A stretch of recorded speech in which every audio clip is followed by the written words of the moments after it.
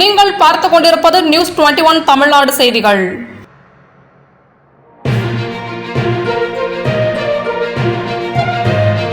சேந்தமங்கலத்தில் அரசு பள்ளி கட்டட மாடியில் பந்தை எடுக்க சென்ற மாணவன் மின்சாரம் தாக்கி உயிரிழப்பு.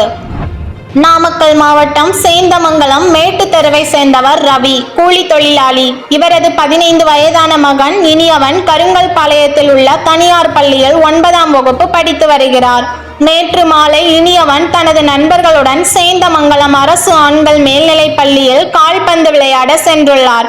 அப்போது விளையாட்டின் போது பந்து அருகில் உள்ள பள்ளி கட்டடத்தின் மீது விழுந்ததால் அதை எடுப்பதற்காக அருகில் இருந்த சத்துணவு கூட கட்டடத்தில் ஏறிய போது நிலை தடுமாறி கட்டடம் அருகே சென்று கொண்டிருந்த மின்சார கம்பியின் மீது கைப்பட்டதால் தூக்கி வீசப்பட்ட இனியவன் சம்பவ இடத்திலேயே பரிதாபமாக உயிரிழந்தார்.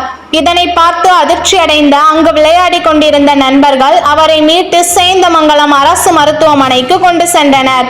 ஆனால் வரும் வழியிலே மாணவன் இனியவன் உயிரிழந்து விட்டதாக மருத்துவர் கூறியதை அடுத்து தகவல் அறிந்த சேந்தமங்கலம் போலீசார் உடலை கைப்பற்றி பிரேத பரிசோதனைக்காக வைக்கப்பட்டு வழக்கு பதிவு செய்து விசாரணை நடத்தி வருகின்றனர்.